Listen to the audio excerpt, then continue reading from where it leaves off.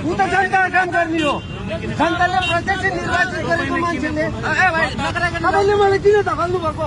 भाइ यो पुष्टि किन यहाँ भिड गरेको देखाएको छैन? कसले भिड गरेछ? तपाईँलाई यो पुष्टि तपाईँले किन मलाई पुस्नु भएको? मैले पुस गरेँ भने तपाईँको हालत के होला? तपाईँले यसरी न्यु खोज्नु हुने?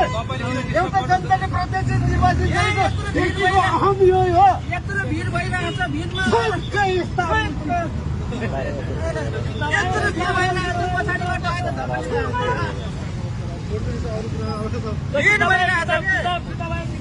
भिडमा त कमसेकम भिड कम गर्नुपर्छ नि, एउटा पालो सकेपछि अर्को पालो आउँछ।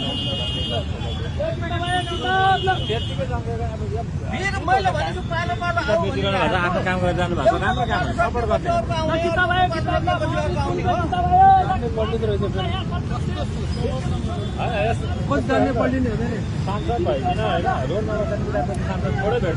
त्यही भनेको त नि, उहाँले त राम्रो तरिकाले आफ्नो तरिकाले बुझ्नु हो।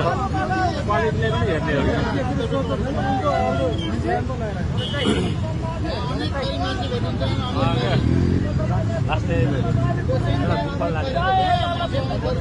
किताब त किन्नै पऱ्यो क्या किताब किन्नुहुन्छ हजुरहरू? त्यही भन्न चाहनुहुन्छ?